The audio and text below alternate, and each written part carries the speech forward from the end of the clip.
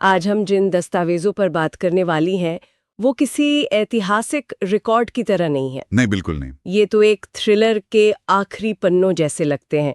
एक पूरे शहर के अंतिम कुछ घंटे। शहर का नाम है देवगिरी और वहां हवा में शोक है, पश्चाताप है और एक बहुत बड़े विनाश की तैयारी है। हाँ, राजकुमारी सती की मृत्यु का बदला और इसके लिए पूरे शहर को तबाह करने का फैसला हो चुका है। और ये सिर्फ एक शहर की कहानी नहीं है, ये इस सवाल की कहानी है कि जब अंत निश्चित हो तो इंसान को करना क्या चाहिए। हर किरदार अपने अपने तरीके से इस सवाल से जूझ रहा है। हाँ, शिव है जो बदला लेने के लिए तैयार है, उसका बेटा कार्तिक जो वो भविष्य के लिए ज्ञान बचाने की कोशिश कर रहा है, और सम्राट दक्ष जो अपनी ही बनाई तबाही के बीच अपनी गलतियों को समझने की कोशिश में लगा है। बिल्कुल।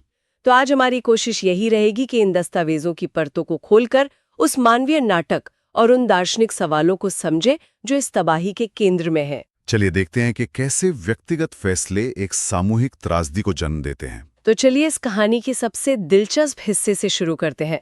जब सब कुछ खत्म होने वाला हो, तब सही काम क्या है? देवगिरी की गलियों में दो किरदार हैं जो इस सवाल के दो बिल्कुल अलग जवाब दे रहे हैं। पहले वीरभद्र की बात करते हैं। हाँ, वीरभद्र की कहानी बहुत ही व्यक्तिगत है। शहर पर मिसाइलें गिरने में कुछ ही घंटे बाकी हैं और वो शहर के अंदर घुसना चाहता है। हाँ, उसकी पत्नी कृतिका उसे रोकने की हर मुमकिन कोशिश कर रही है। और उसका डर भी जायज है, वो अपने पति को खोना नहीं चाहती। और वो एक बहुत सीधा सवाल पूछती है, जब पूरा शहर वैसे भी राख होने वाला है तो इस बेवकूफी का क्या मतलब है? अंदर जाके क्या हासिल होगा? हाँ, और यहीं पर वीरभद्र का धर्म सामने आता है। वो बताता है कि सती के कई हत्यारे शहर से भाग चुके हैं। अच्छा। उनकी पहचान सिर्फ एक आदमी जानता है, विदुनमाली, और वो शहर के अंदर फंसा हुआ है। तो वीरभद्र का मानना है कि अगर उसने आज विद्युन्माली से उन हत्यारों के नाम नहीं जाने, तो वो हमेशा के लिए आजाद घूमते रहेंगे। उसके लिए ये न्याय का सवाल है, अपने दोस्त शिव के प्रति कर्तव्य का सवाल है। यानी व्यक्तिगत न्याय सबसे ऊपर, भले ही अपनी जान क्यों न चली जाए। बिल्कुल। लेकिन इसी वक्त एक और बातचीत चल रही है जो इससे कहीं ज्यादा बड़ी और दार्शनिक है। कार्तिक और महर्षि भृगु के बीच। और ये बातचीत इस कहानी के दिल में है, कह सकते हैं। कार्तिक महर्षि भृगु को बचाने पहुंचता है, जो शहर में अपनी मौत का इंतजार कर रहे हैं। भृगु तो एक महान ऋषि थे, लेकिन उन्होंने गलत पक्ष का साथ दिया था, दक्ष का। हाँ, और इसी वजह से वो प्रायश्चित करना चाहते हैं। एक मिनट, भृगु का तर्क भी तो अपनी जगह सही लगता है। उन्होंने गलत पक्ष का साथ दिया तो वो उसी के साथ खत्म होना चाहते हैं। इसमें क्या गलत है? क्या ये धर्म नहीं है? ये एक बहुत बड़ा सवाल है और यहीं पर कार्तिक एक दूसरी सोच सामने रखता है। क्या भृगु के लिए धर्म है अपने पापों की सजा भुगतना? उन्होंने गलती की तो उन्हें कीमत चुकानी होगी। ठीक है। लेकिन कार्तिक कहता है कि मौत तो एक आसान रास्ता है, ये तो जिम्मेदारी से भागना हुआ। तो कार्तिक के हिसाब से सच्चा प्रायश्चित क्या है फिर? कार्तिक के लिए सच्चा प्रायश्चित है अपने बुरे कर्मों को अच्छे कर्मों से संतुलित करना। वो भृगु से कहता है, एक बुरे काम को, कर्म के पहिए को रोकने की इजाजत नहीं दी जा सकती। वाह। वो भृगु से आग्रह करता है कि वे अपने ज्ञान, अपनी महान रचना भृगु संहिता को भविष्य के लिए बचाएं। उसका तर्क है कि आपका ज्ञान आपसे बड़ा है। उसे बचाना आपका सबसे बड़ा धर्म है, न कि अपने पापों के लिए मर जाना। बिल्कुल। तो एक ही रात में हमारे सामने धर्म के तीन अलग अलग रूप हैं। वीरभद्र का व्यक्तिगत न्याय, भृगु का सजा स्वीकार करना और कार्तिक का भविष्य के लिए ज्ञान को बचाना। और ये दस्तावेज कोई सीधा जवाब नहीं देते कि कौन सही है। नहीं, ये सिर्फ हमें ये दिखाते हैं कि तबाही के सामने इंसान कितने मुश्किल फैसले लेता है। एक तरफ वीरभद्र और कार्तिक जैसे युवा अपने अपने धर्म को निभाने के लिए दौड़ रहे हैं, और वहीं दूसरी तरफ पुरानी पीढ़ी है जो कहीं भाग नहीं रही। वो अपने अंत को बहुत ही शांत तरीके से स्वीकार कर रही है। रानी वीरनी और सेनापति पर्वतेश्वर के बीच की जो बातचीत है, वो इसका सबसे मार्मिक उदाहरण है। हाँ, बहुत ही मार्मिक दृश्य है वो। वीरनी सेनापति पर्वतेश्वर से मिलती हैं, सिर्फ उनका शुक्रिया अदा करने के लिए। क्यों? क्योंकि पर्वतेश्वर ने गुप्त रूप से देवगिरी के कई वैज्ञानिकों, कलाकारों और बुद्धिजीवियों को शहर से बाहर निकाल दिया था। अच्छा। वीरनी कहती हैं कि देवगिरी की असली आत्मा उसकी इमारतें नहीं, बल्कि उसका ज्ञान है, और पर्वतेश्वर ने उस आत्मा को बचा लिया। और इस बातचीत में कोई गुस्सा या शिकायत नहीं है। वे सब जानते हैं कि वे सम्राट दक्ष के पापों की सजा भुगत रहे हैं। लेकिन वे इसे एक अजीब सी शांति के साथ स्वीकार कर लेते हैं।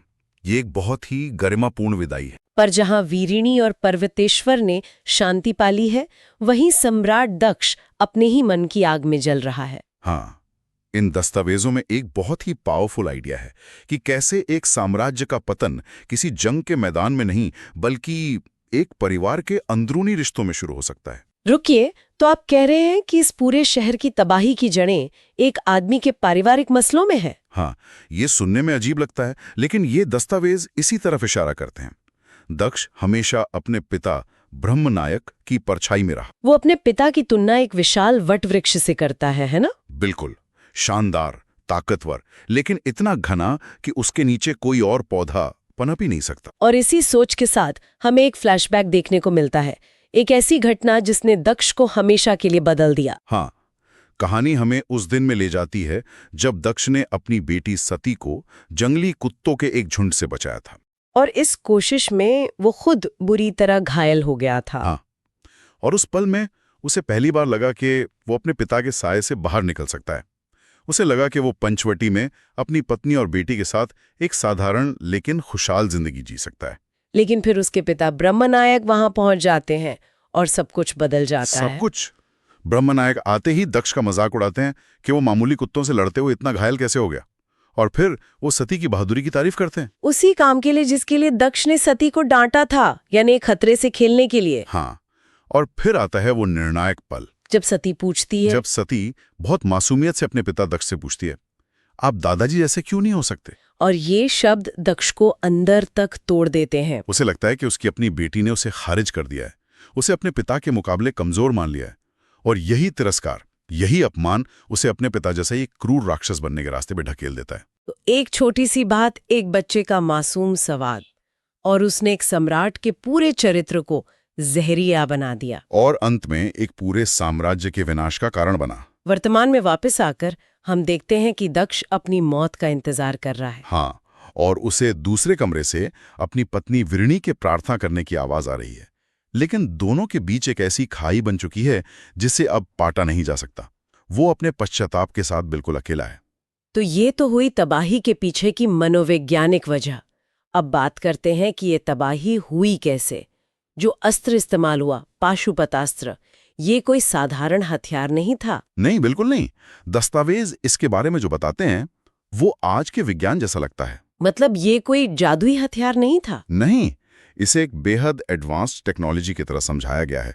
साफ लिखा है कि ये शुद्ध परमाणु संलयन मतलब न्यूक्लियर फ्यूजन पर आधारित था। आज के हाइड्रोजन बॉम्ब जैसा? हाँ, लेकिन उससे कहीं ज्यादा नियंत्रित।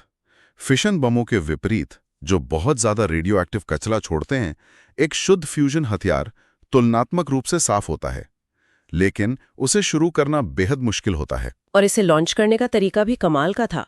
एक नहीं बल्कि 3 मिसाइलों को एक साथ दागा जाना था। योजना बहुत सटीक थी। शिव को 800 मीटर दूर एक पहाड़ी से घोड़े पर बैठे हुए एक जलता हुआ तीर चलाना था, और वो तीर एक खास तंत्र को सक्रिय करता, जो तीनों मिसाइलों को एक साथ लॉन्च कर देता।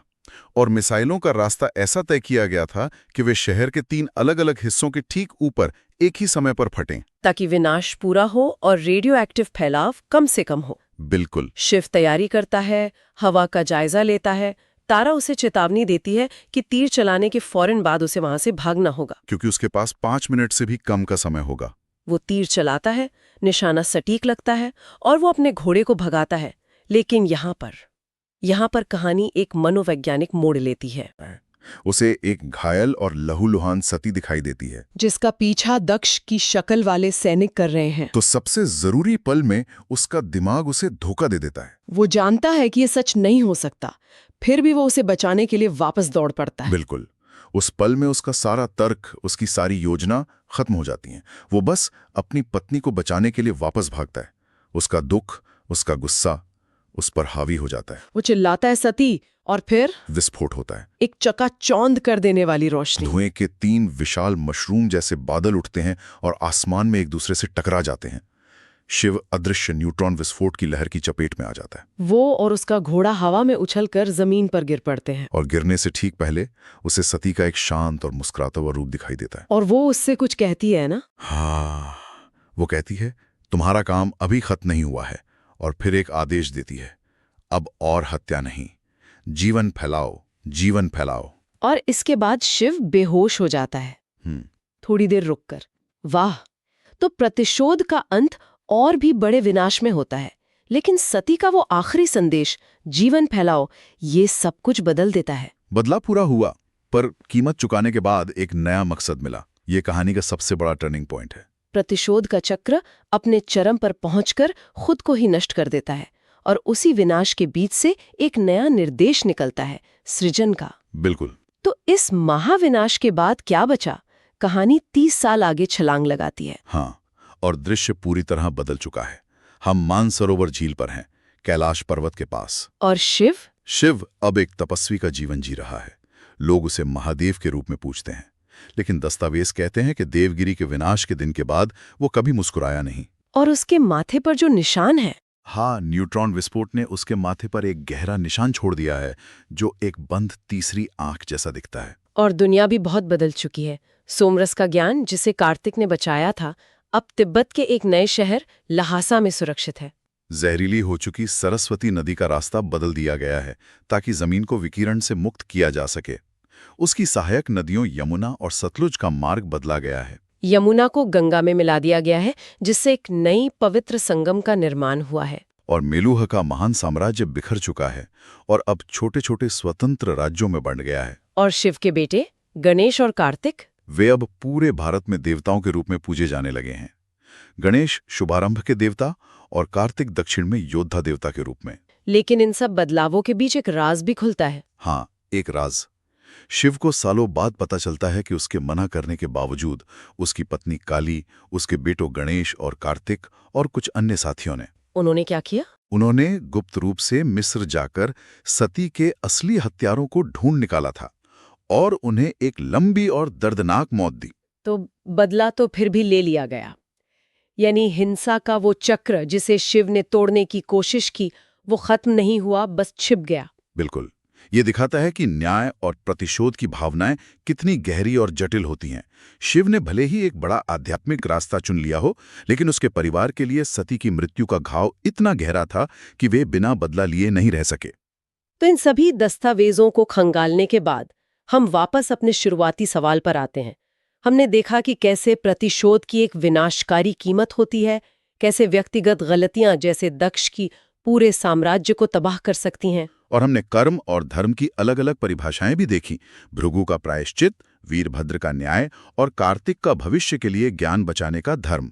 कोई भी पूरी तरह गलत नहीं है, लेकिन उनके रास्ते टकराते हैं और एक महात्रासदी को जन्म देते हैं। बिल्कुल। और इन दस्तावेजों के अंत में एक बहुत ही परेशान करने वाला विचार लिखा है। हाँ, उसमें कहा गया है कि आने वाली पीढ़ियों ने इन महान इंसानों को देवता मान लिया, उनके विज्ञान को जादू समझ लिया और उनके इतिहास को मिथक बना दिया। और इतिहास को भूलने की इसी गलती ने महाभारत के महायुद्ध की नींव रखी। तो यहाँ हम श्रोताओं के लिए एक सवाल छोड़ सकते हैं। जब कोई समाज अपने सच्चे इतिहास और ज्ञान को खो देता है, उसे कहानियों और मिथकों में बदल देता है, तो क्या वो खुद को अपनी सबसे बड़ी त्रासदियों को और भी विनाशकारी रूप से दोहराने के लिए अभिशप्त कर लेता है?